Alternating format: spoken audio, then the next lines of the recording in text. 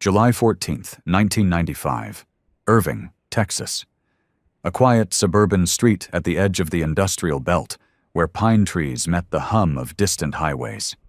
Inside the Hollister home, breakfast was half prepared, a suitcase packed for a trip that never began. By evening, the entire family, father, mother, daughter, grandmother, and their dog were gone. No signs of struggle. Doors locked from the inside. Dishes still warm. Investigators would call it impossible. How does a family vanish from their own home without a trace? Or a sound? Thomas Hollister was 52, a construction foreman who had worked the same schedule for more than 20 years. He woke before dawn, brewed coffee strong enough to stand a spoon in, and left for the job site before the rest of the neighborhood stirred. He was a man of routine. Square shoulders, quiet tone, always on time. His wife, Linda, was 10 years younger and worked as an office coordinator for a shipping company in downtown Dallas. Those who knew her described her as precise, almost meticulous, her desk tidy, her shoes polished, her calendar color-coded. She'd spent weeks talking about an upcoming company trip to San Antonio, her first vacation in years. Their daughter Rachel, 24, taught first grade at the local elementary school. She had her mother's patience and her father's calm eyes. She was engaged to a young engineer named Mark Reynolds, and her wedding date was already circled on the refrigerator calendar for October. Living with them was Thomas's mother, May, 73, who rarely left the house except for Sunday church. She spent her afternoons listening to country radio and feeding scraps to Duke, the family's golden Labrador, who followed her like a shadow. The Hollisters were the kind of family people nodded to in the grocery store. They paid their bills on time, waved to the mailman, and mowed the yard every Saturday morning. There were no police calls, no feuds, no late-night arguments. By all accounts, their life was small, predictable, and quietly content. On the evening of July 14th, Linda finished packing her suitcase. She laid out her passport, her ticket envelope, and a small envelope of cash she had exchanged earlier that week.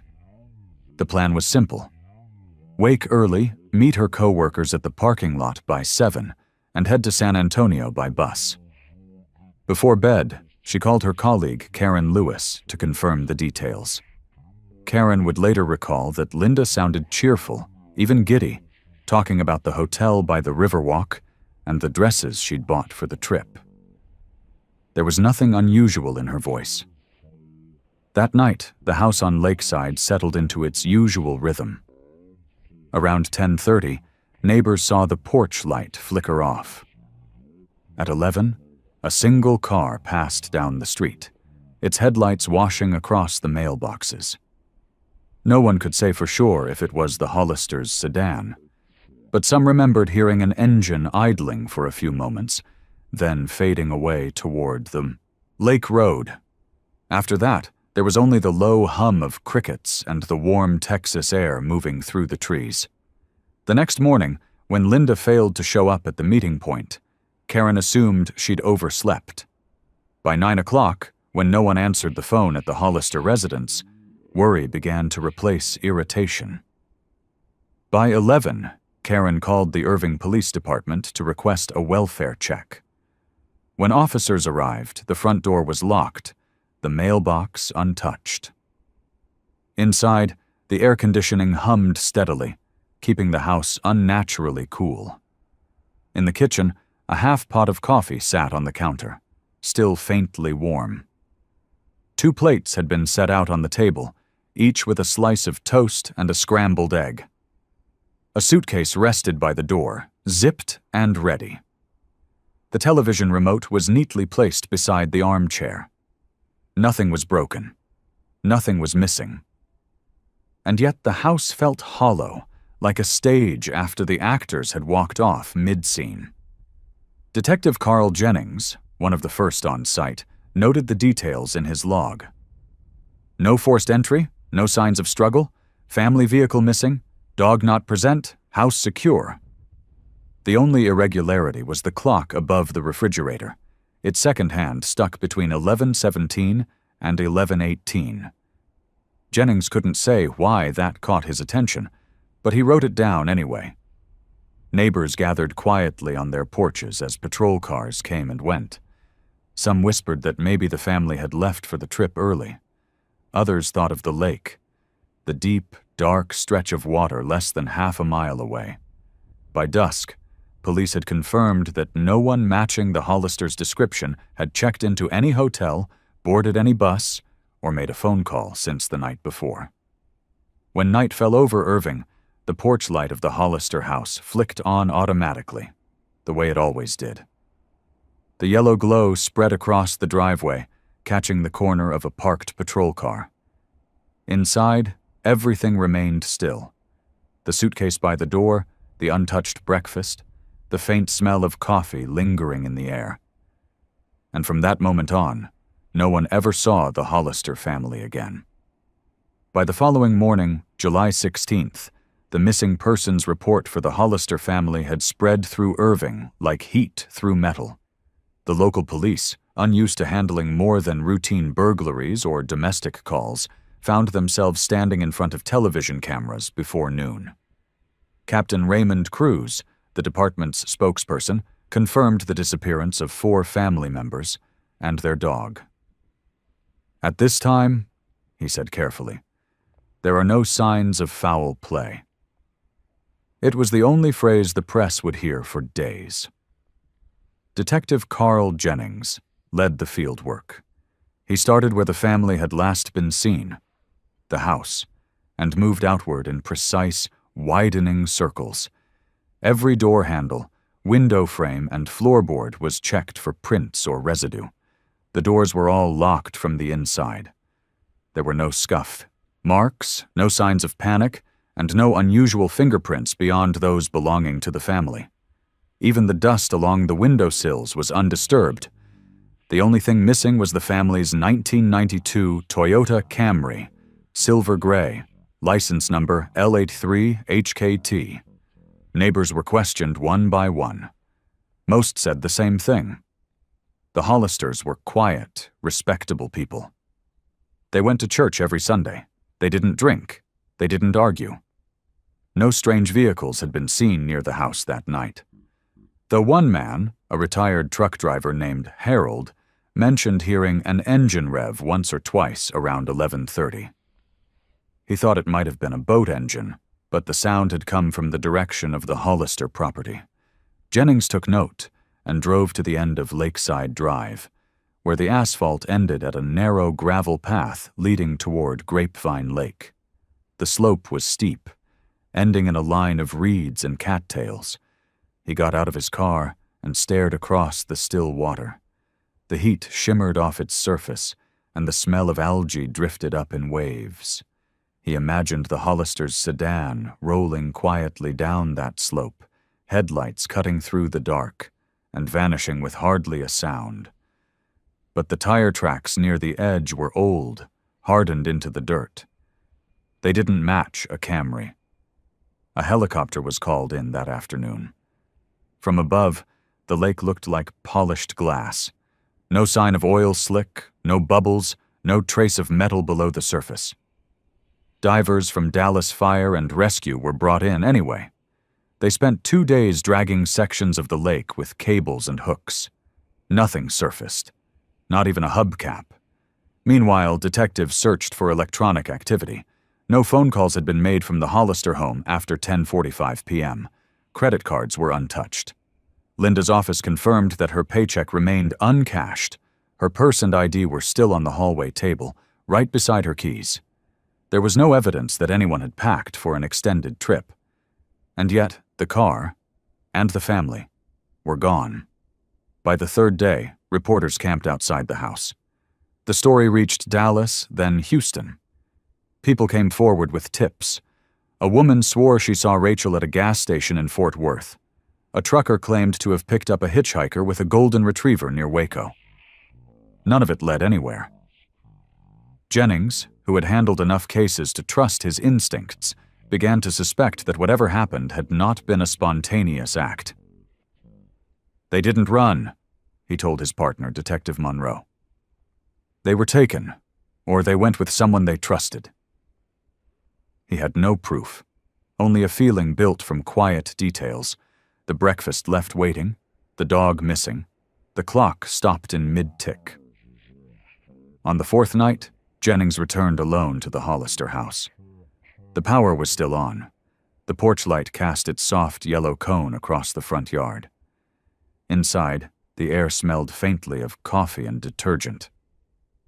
He stood in the kitchen and tried to reconstruct the scene. 4 people sitting down to dinner. Plans for the next morning. Maybe a phone call. Maybe someone knocking at the door. He pictured Thomas getting up to answer, the others following, Duke padding along beside them. Then silence. By the end of July, over 50 officers and volunteers had scoured the area. Woods, drainage ditches, and both sides of the highway. Nothing. The police chief announced that the search would be scaled back. Officially, it was now a missing persons investigation. Unofficially, it had turned into a mystery without a starting point. For months, the case file thickened but remained directionless. Interviews multiplied, theories tangled.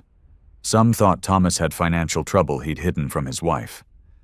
Others whispered about an affair. Linda and a co-worker, maybe, but no bank records or letters confirmed any of it. Jennings pushed to keep the file open, visiting Linda's office and Rachel's school, but found only small pieces of ordinary lives. An apple still in a desk drawer, a stack of graded papers, a sweater left hanging behind a chair. In September, the police received one last tip. A fisherman claimed to have seen the reflection of headlights moving under the water at dawn, near the old spillway. He was half drunk, but Jennings checked it anyway. Divers returned to the lake.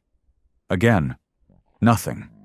When the official report was filed at the end of the month, the summary line was blunt. Family missing. Cause unknown. No signs of struggle or foul play. The word unknown would become the label for everything that followed. The search, the silence, and the absence that began to hang over the lake like a permanent shadow.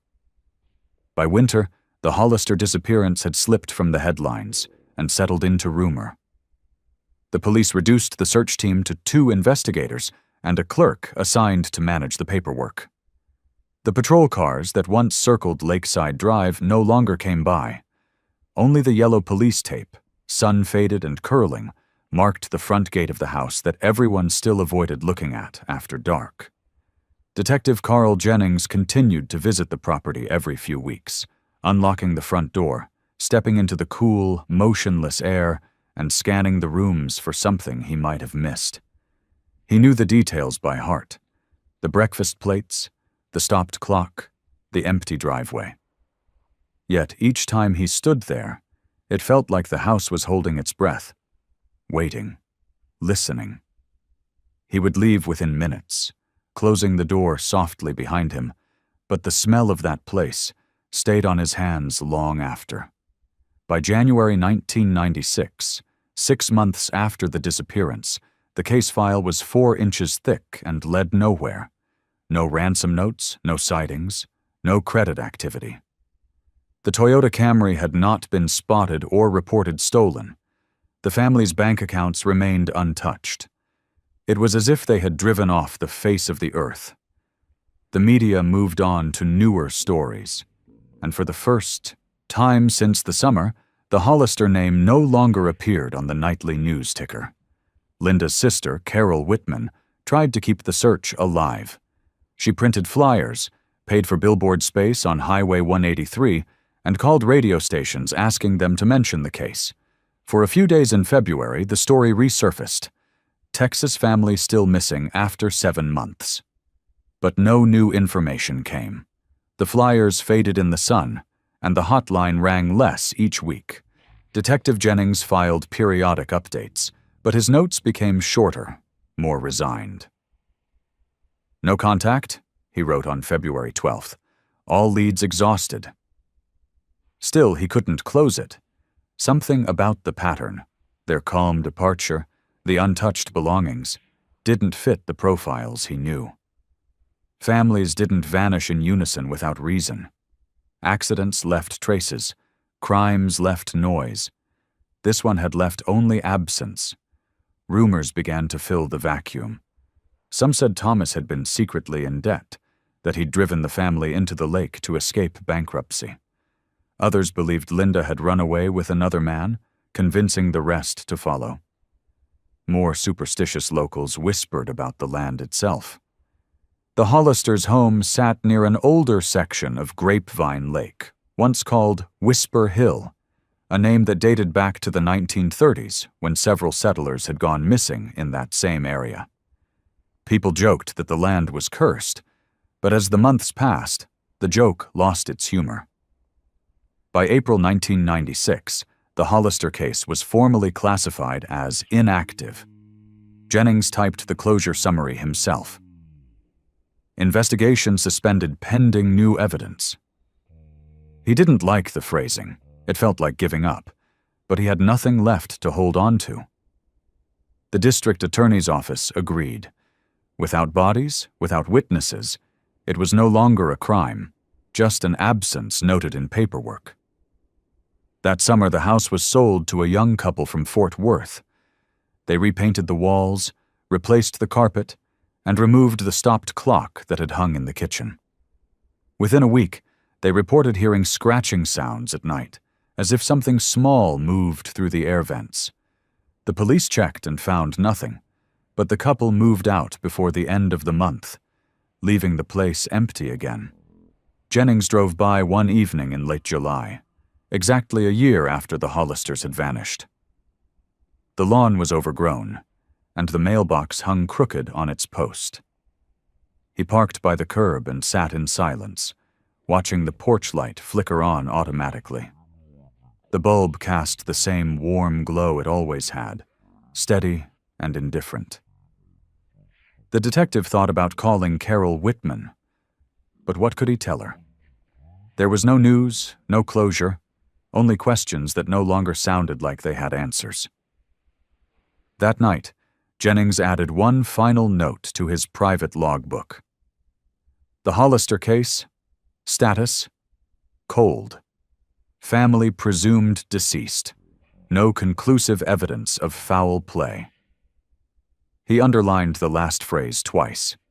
It was standard, procedure, but it bothered him more than he admitted. When the light rain began to fall across Irving, it darkened the driveway, soaking into the cracks where tire marks once might have been. Across town, the lake lay silent under the clouds, its surface black and glassy. Fishermen who came there at dawn said sometimes, before sunrise, they heard an engine hum faintly beneath the water.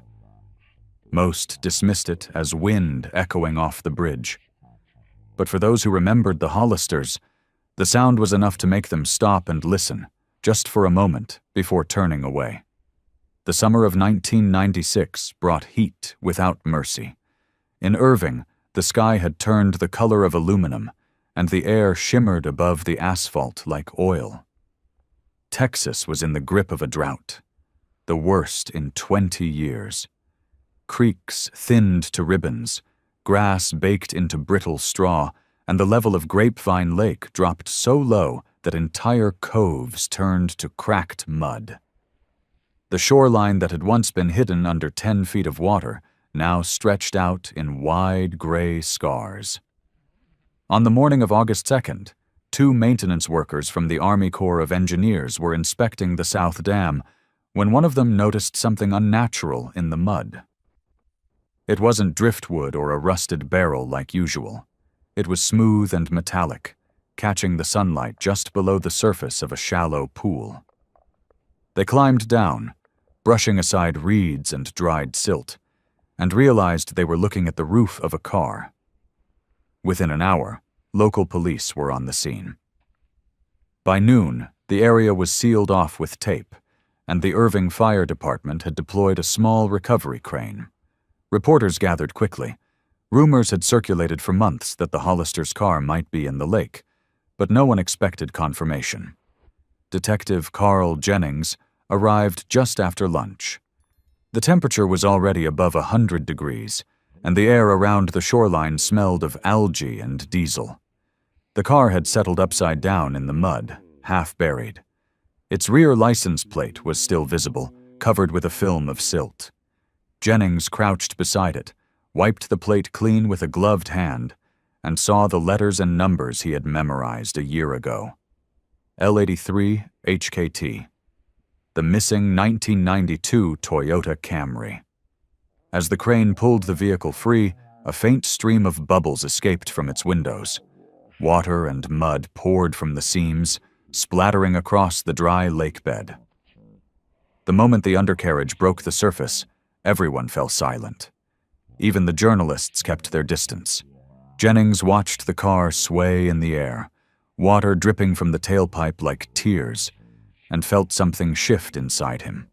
A quiet, heavy certainty that whatever hope had lingered was now gone.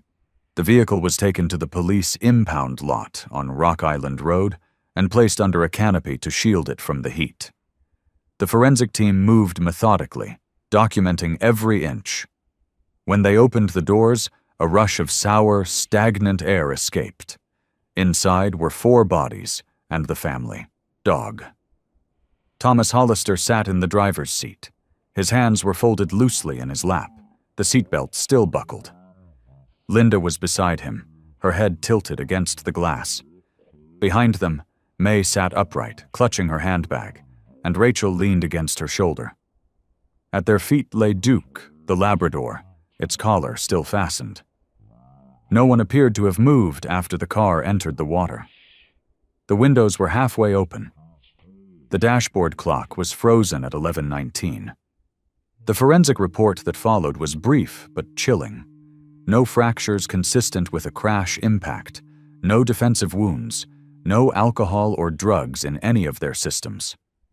The car had gone into the water at low speed, approximately 20 miles per hour, and there were no brake marks on the embankment. Tire tracks led down the incline straight into the lake and ended abruptly where the mud began. The initial conclusion, made quietly that evening by Captain Cruz, was murder-suicide. It was a convenient answer. The public had been asking questions for a year, and now there was something to close the file with. The theory was that Thomas, facing some personal crisis, had driven his family into the lake while they slept in the car. But as Jennings read the report, the details refused to align. For one, the 3 women were dressed in night clothes, but Thomas wore jeans and a clean button-down shirt. If he had woken them for a drive, why were they wearing pajamas? And if this was planned, why was Duke in the car too, belted with an improvised leash through the seat belt ring? Jennings flipped through photographs of the interior. The seats were clean, undisturbed, no sign of a struggle, no broken glass. That night, after the autopsies, Jennings walked to the evidence locker where the family's personal items had been placed in sealed bags. Linda's watch stopped at 11:21, Rachel's silver necklace, a small rosary from May's purse.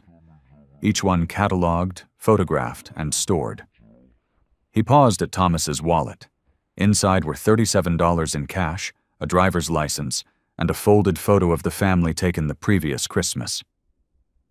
Everyone was smiling. The following morning, the story hit every major paper in Texas. Missing Irving family found in Grapevine Lake. Possible murder-suicide. The news anchors said it softly, with that practiced, solemn tone reserved for tragedies too distant to feel, but too strange to ignore. On talk radio, callers debated whether Thomas had snapped under pressure. Some speculated about debts, or jealousy, or mental illness. Others said it was an accident, that he'd taken a wrong turn in the dark. But Jennings knew the geography of that road. There was no wrong turn to make. The access path to the lake was unmarked, narrow, and ended in a barricade of concrete blocks. Someone had to move them aside, someone familiar with the place. He went back to the site that afternoon, tracing the tire tracks once more. The mud was dry now, baked into solid, ridges. The marks were shallow, too shallow for the car's weight. A vehicle traveling downhill usually left deep, uneven ruts. Here, they looked smooth, deliberate. It was as if the car had been rolled slowly, not driven. He crouched, running his hand along the hardened path, and felt a faint pattern where two tracks overlapped, like one vehicle had pushed another from behind. He took photographs, filed them, and wrote a note in the margin. Possible assisted entry. Reinvestigate slope access and barricade status on night of July 14, 1995. The request went nowhere. The department was under pressure to end the case cleanly. The DA's office had already issued an internal memo stating there was insufficient evidence to indicate homicide. The official ruling was released 2 weeks later. Family death by intentional submersion, probable motive, mental distress. The city held a joint memorial at St. Luke's Church. Over 300 people attended. A closed casket stood at the front, 4 names engraved on a bronze plaque: Thomas, Linda, Rachel, and May Hollister. The dog was not mentioned, though one of the officers later placed Duke's collar in the coffin before it was sealed. Jennings attended but stayed in the back. He listened to the pastor speak about peace, forgiveness, and the mysteries of the human heart. None of it answered the question that still kept him awake. If Thomas intended to die, why make it so quiet? Why not leave a note? Why take his family in their sleep, buckle them neatly, open the windows, and then drive at a crawl into the lake? The scene was too careful, too staged. After the service, he approached Carol Whitman, Linda's sister. She looked smaller than he remembered, her face drawn tight from exhaustion. "Do you believe it?" she asked him flatly. Jennings hesitated, then shook his head. "No," he said. "I don't." She nodded once, as if she'd expected that answer. "Then promise me," she whispered. "Don't let them forget what doesn't make sense." For months afterward, Jennings tried to reopen the investigation quietly.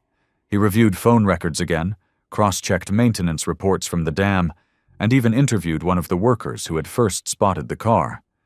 The man remembered something strange. The vehicle's headlights were still faintly on when it was found, though the battery should have long been dead. "Could have been a reflection," the man said, uncertain, "but it looked like the lights came on when the sun hit it." Jennings filed it as an anomaly, another in a growing list. One night near the end of September, he visited the lake alone. The drought had broken, rain had returned, and the water was rising again, swallowing the mudflats where the car had been found. Standing at the edge, Jennings watched the ripples spread across the surface. Somewhere beneath that water was the exact spot where 4 lives had ended, and where his questions had begun. He closed his eyes and tried to imagine it. The quiet slide, the weightless sinking, the way the world must have sounded inside that car. He stayed until dusk, when the cicadas started their chorus and the sky turned to brass. Then, as he walked back to his car, he saw a reflection in the water, a small, bright glint where the sun caught the edge of something metallic beneath the shallows. He froze, staring, but when a breeze crossed the lake, the reflection vanished. The next morning he called the station and asked for one more sweep with sonar. The request was denied.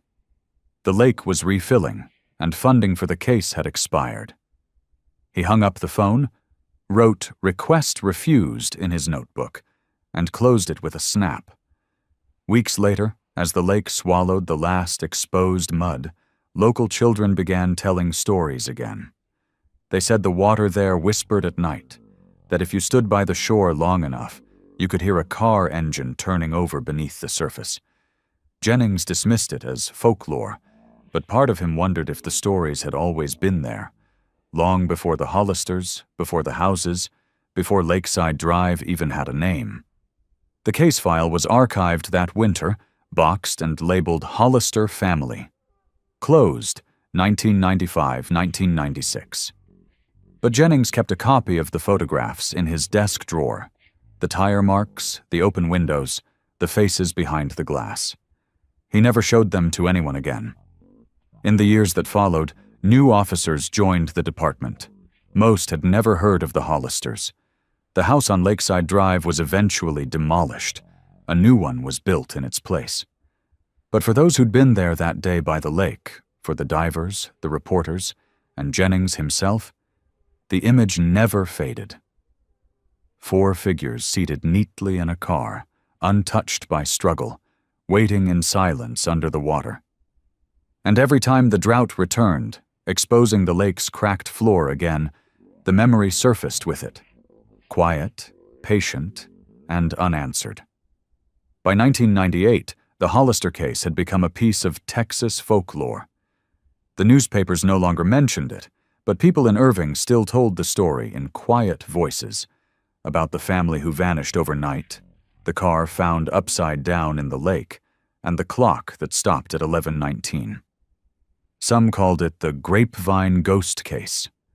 Others said it was a curse, the work of something old and unseen in the water. But for the detectives who had been there, for Carl Jennings in particular, it remained something else. An unanswered question that refused to stay buried. Jennings had left the Irving Police Department the year before. Officially, he'd retired early for personal reasons. Unofficially, it was because the Hollister file still haunted him, a case that made no sense, and worse, no one wanted to keep open. He moved north to Denton, taught a few courses in criminology, and tried to convince himself that some things couldn't be solved. But one evening, in late autumn, a letter arrived at his mailbox with no return address. Inside was a single sheet of lined paper, written in tight block letters. "You were right. He didn't drive that car. The others were already gone. Ask about the dam maintenance logs. July 14th, 1995. There was no signature, only a faint smudge of oil near the bottom edge. Jennings sat with it for nearly an hour, the letter trembling in his hand. He didn't know if it was a cruel prank, a desperate reach from someone unstable, or the first true lead in 3 years.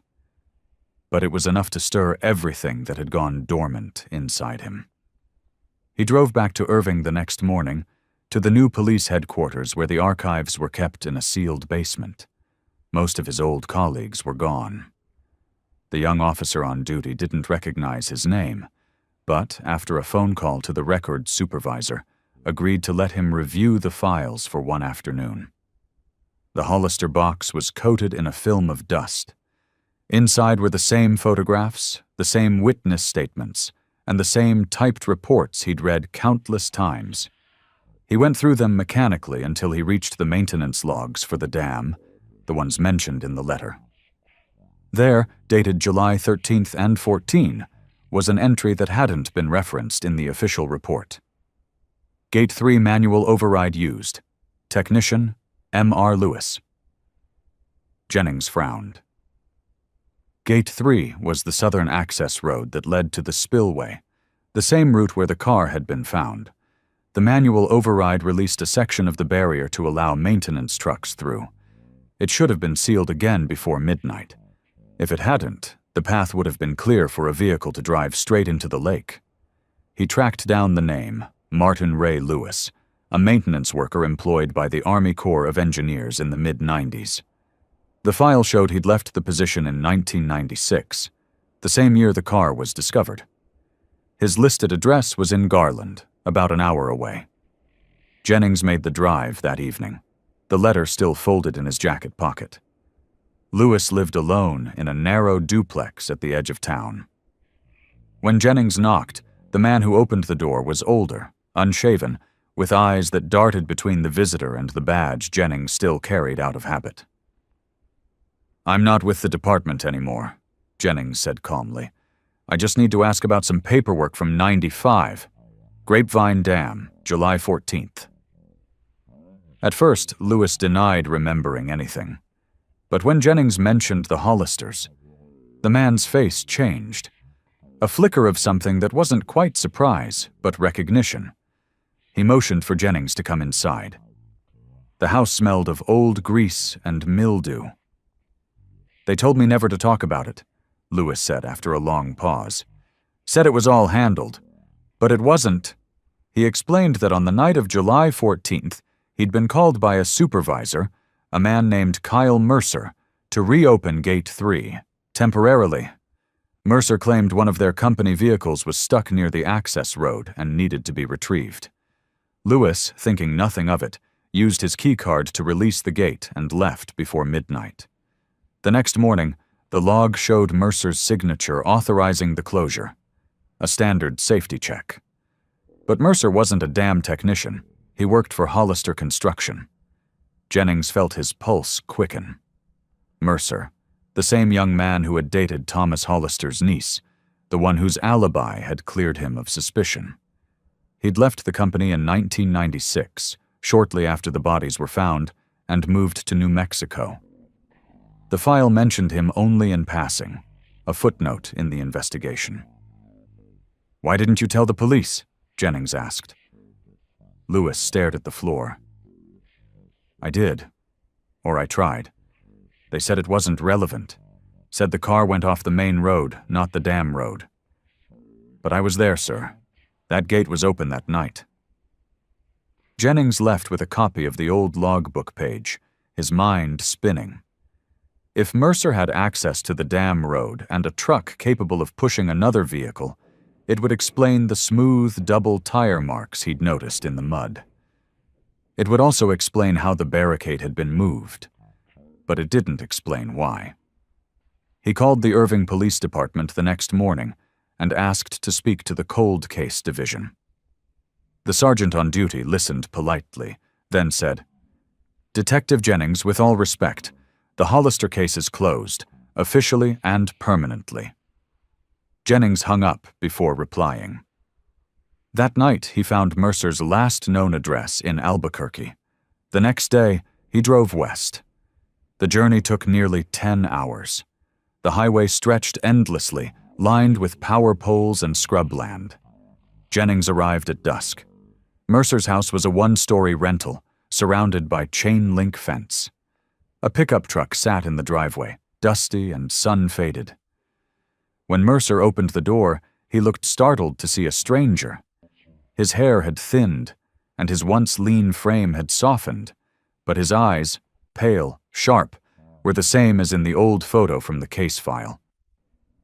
"Mr. Mercer," Jennings said, "I'm looking into an old case, the Hollisters. You worked for them once." Mercer's expression tightened. "That was years ago.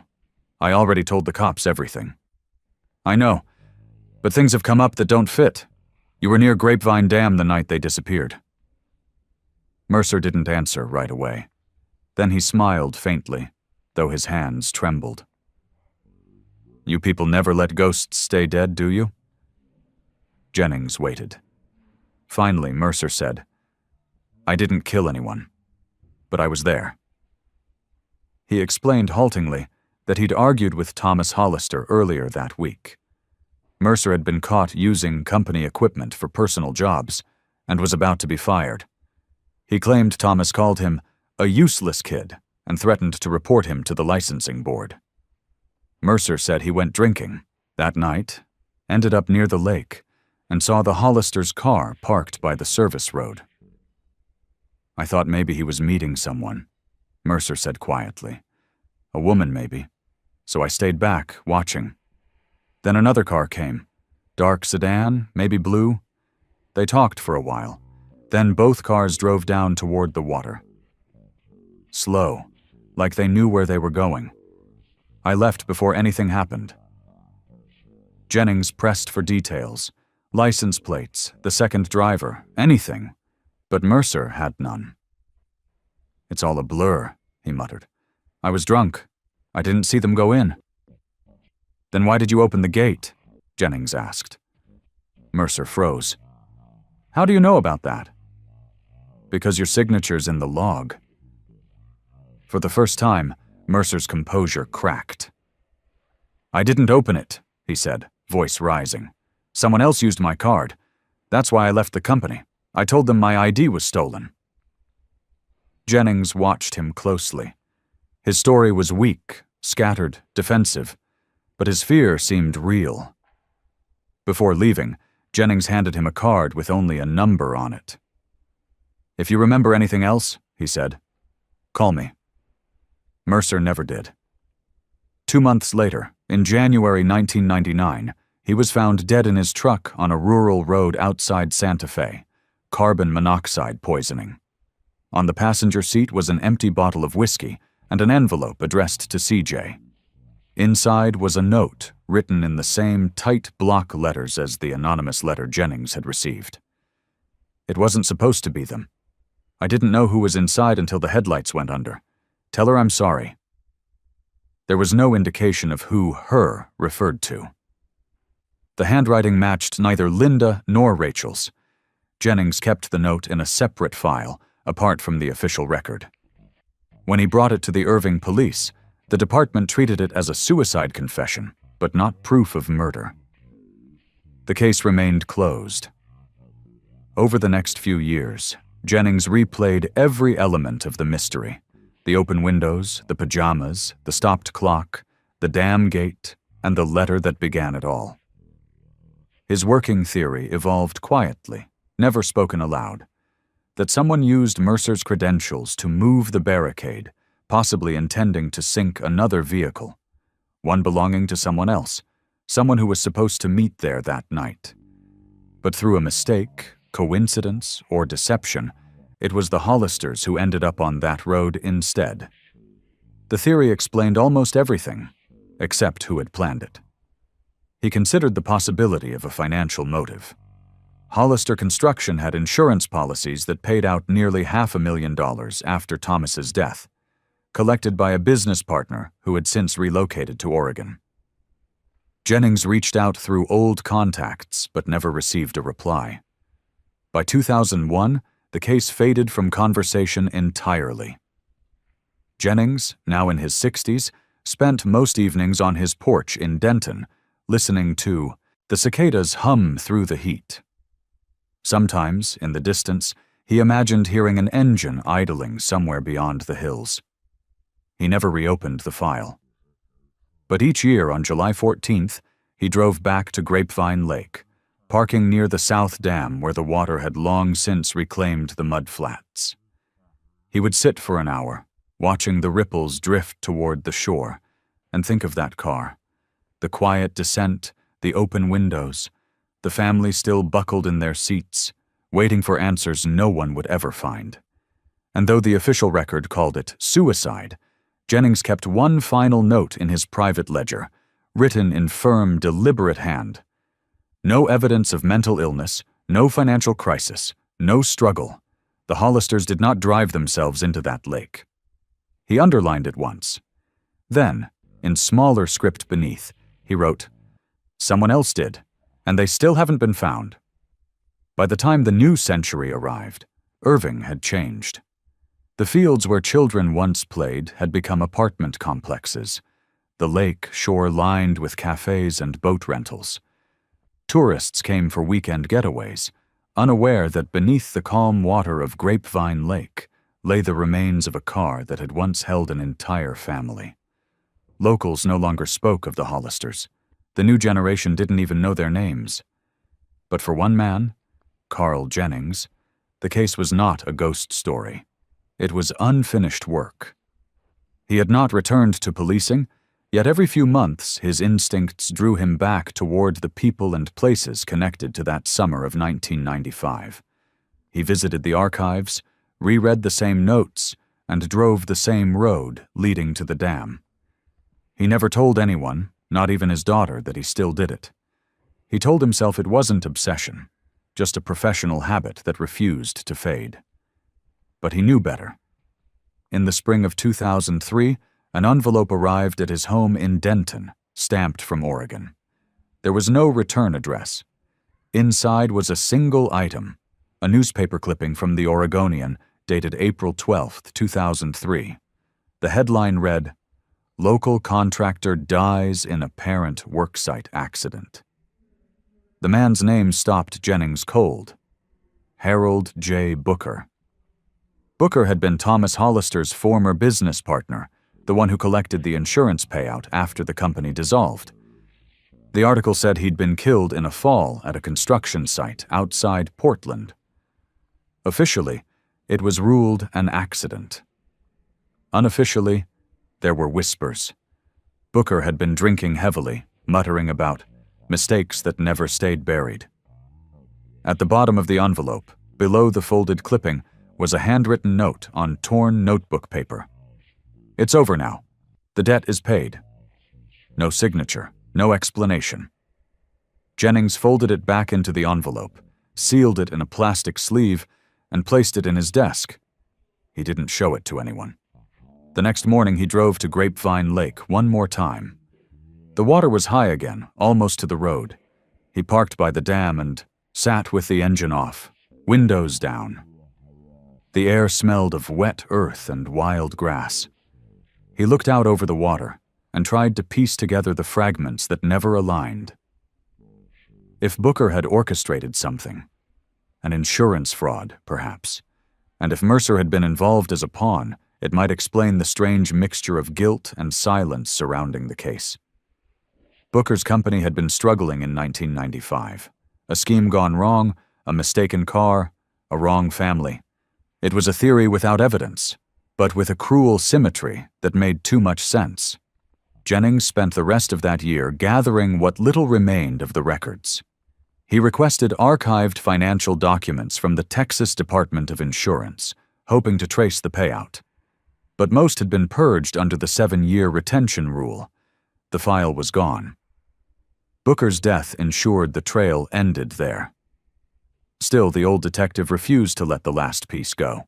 He filed one final memorandum, unofficial, typed on his personal stationery, and sent it to the Irving Police Department's cold case unit. It contained 3 pages of analysis, ending with a single line. Reclassification recommended. Homicide by staged submersion. Motive financial. No one responded. The letter was logged, scanned, and buried digitally among hundreds of unresolved case notes. Years passed.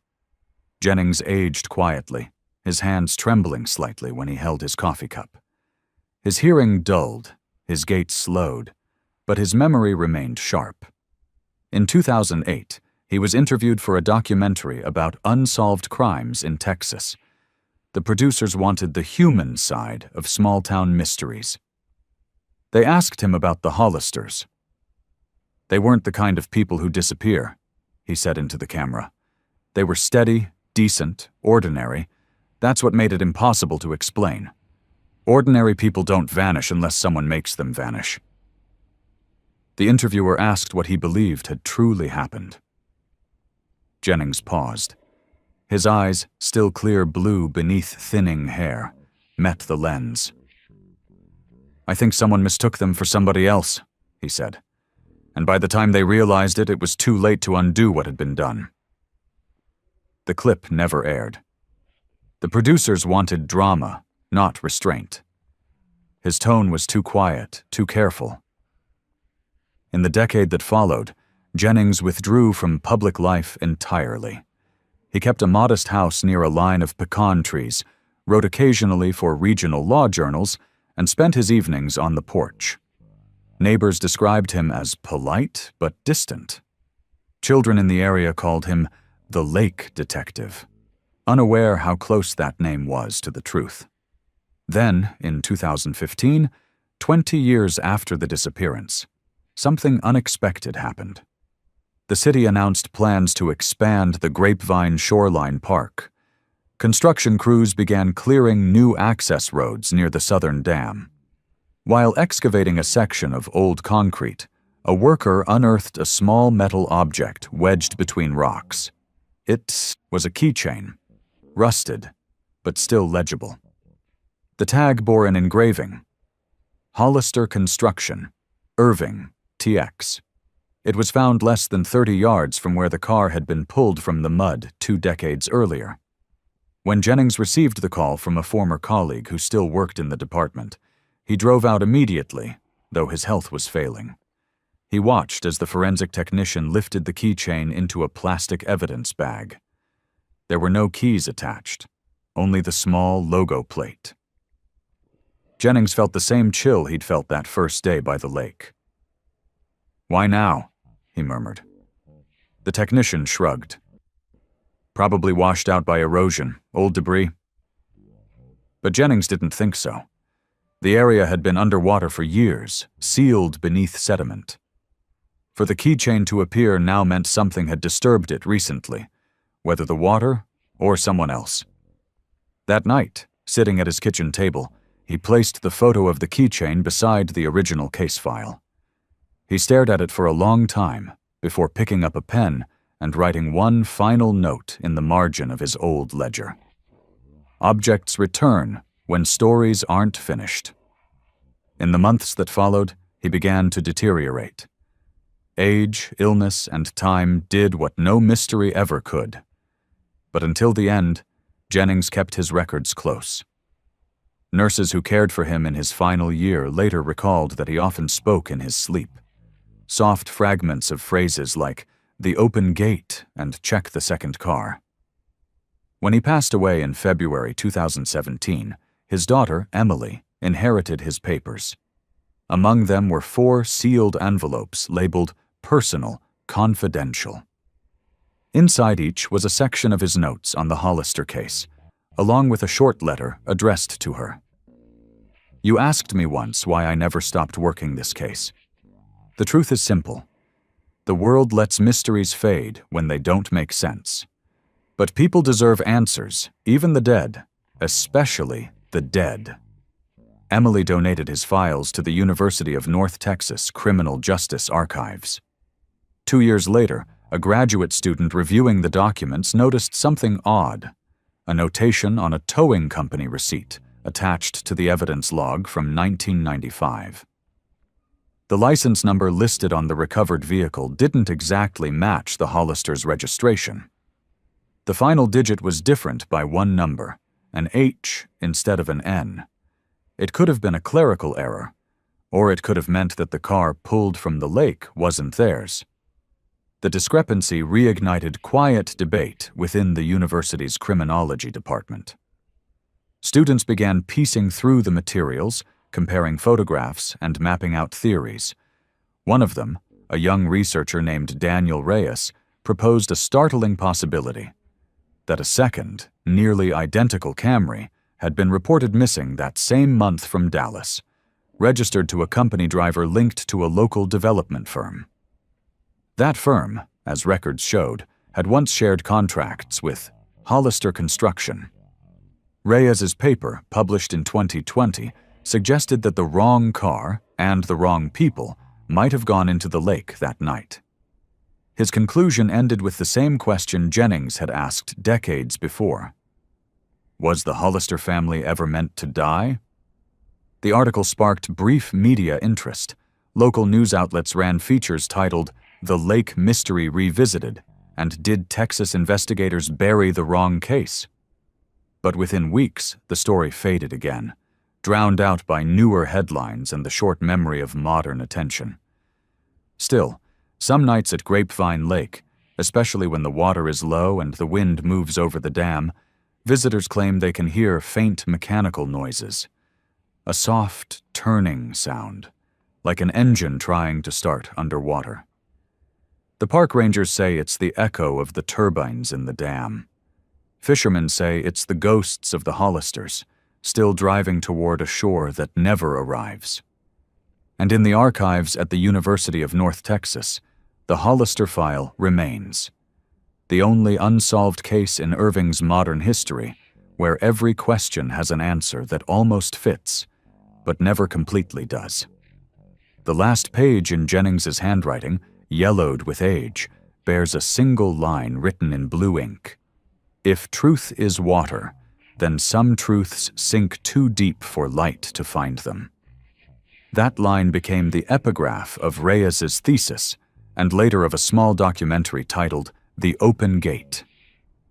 It aired on public television one summer night, 25 years after the Hollisters disappeared. Viewers, Most of them older now, sat in living rooms across Texas watching the footage. The lake, the bridge lights, and a voice reading from Jennings' final report. The documentary ended without a conclusion, only a still shot of the water at dusk. And as the credits rolled, the screen faded to black, leaving one lingering caption that echoed the quiet persistence of a man who never stopped asking. The Hollisters left behind a question. It has never been answered.